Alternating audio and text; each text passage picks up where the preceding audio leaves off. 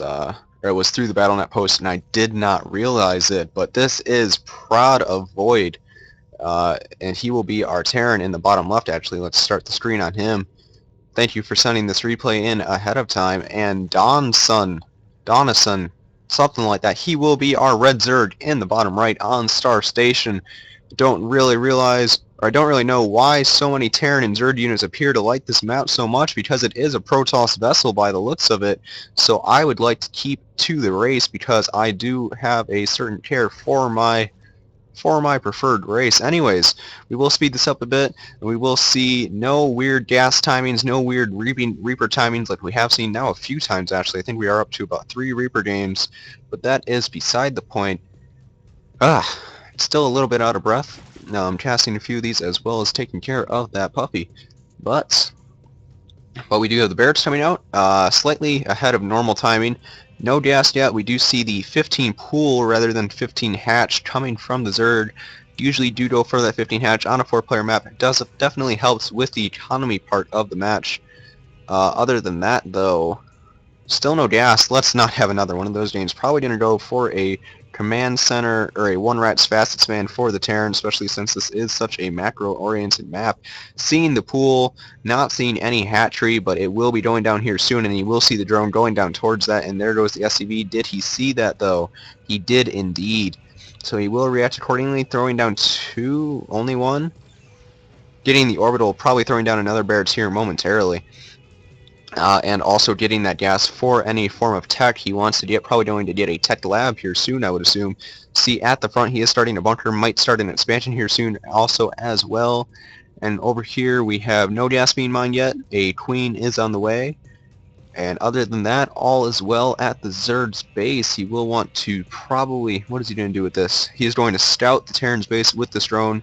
He does have a lot of minerals already being stockpiled. He does want to use those in some way, shape, or form, starting another queen instead of just getting gas or using that for any lanes. You do usually want a total of 4 lanes at the beginning just to have them to kill any scouting units as well as to have that map vision. This drone will see the bunker, so you can assume that there is a base behind that bunker, and the drone did die pretty quickly. You can never really tell how many Marines are, or how many units are in those bunkers unless you are the Terran player yourself or an observer like us. The tech lab is done, or it will be done rather, and I thought there was another Barracks. Did he cancel it or something? He must have canceled it, and now he is going to throw it down yet again, as well as the second refinery. Other than that, we do see a spine and a spore already made, I guess assuming a second spine actually as well. I'm not too sure why, especially not this early in the match, but he was so very far ahead in terms of resources because of his floating. He will send this queen down here to the natural as well, giving him a lot of production on both hatcheries, but he will need to start using that. He is down in minerals now due to the fact that he did make a spore and 2 spines on very awkward composition there, or combination. Especially for this early in the game. Usually later on you would use that 2 stop drops, but we will see. Maybe he has a plan. The extractor was taken for Zerd as well. I believe 2 of them at the natural. He will start mining gas from them at some point soon for the Zerdling speed, but still nothing yet. He will want to work on that so he can get that upgrade. It was very helpful against Terran. Another spine and another spore going down. I do not suggest this just because there's no reason to have it this early, and a second spine going down at the natural. I mean, they're good defense, but you don't need them at this point. I think Banshees should only just now be hitting. I forget the timing on it, and I don't know if Heart of the Storm changed Banshee timing, but I believe that he would still be in a overly good position to fend off against Banshees, but he didn't scout Banshees. He'd be in an overly good position to scout drops, but he didn't scout drops. He scouted a base, he scouted an early expand, which means that Terran is only going to be going for that economy like he is going, building SCVs, at least most of the time, stopping now though. Just because he is solo on resources. But there goes 2 more. Starting Stim, starting Combat Shield. Stim actually is about to finish up. We did not see when it was started, but we'll finish up around a decent time, close to 8 minutes. That will be good for him. More geysers being taken. These geysers being used. Zerd is ahead by about 10 supply and does have that Baneling nest going down. Still no Zerdling speed, even though he has far more than enough gas. Starting that lair very, very quickly. maybe using this defense to get him to a very quick lair and into a very quick Mutalisk build. We will see the Terran, though, will be producing Marines and a couple Marauders with that combat shield as well. Does want to start working on a factory for that starport and for those metavats, very helpful in this composition, and will help him stand or help him scout, especially if he does drop. Though those drops will be hard to do with this defense already being set in place. We do see a macro hatch also made in the main, and he definitely has the minerals for it. The gas count, though, is very low.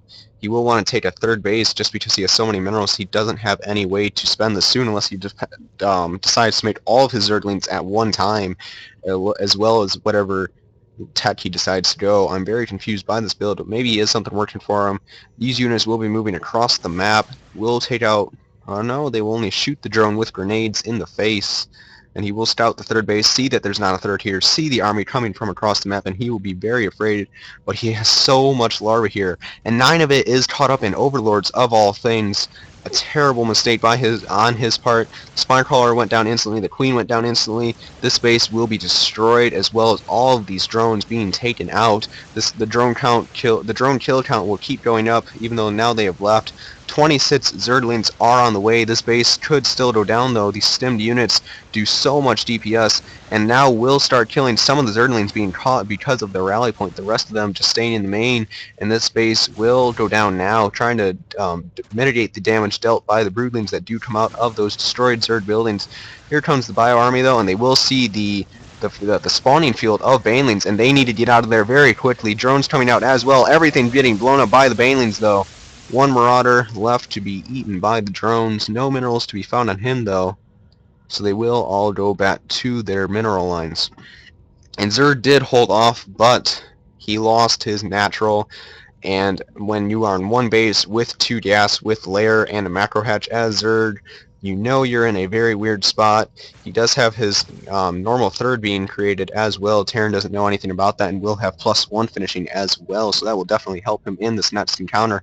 No more Banelings are on the field, only lanes to defend against this army, which will be stemmed and will destroy any of these units. These drones just being taken out as well, not being transferred at the exact wrong time, and Terran will now see that third base having the creep on the low ground. These drones and Zerglings will do nothing to this army. Marauders taking so much damage and Marines doing so much damage as well.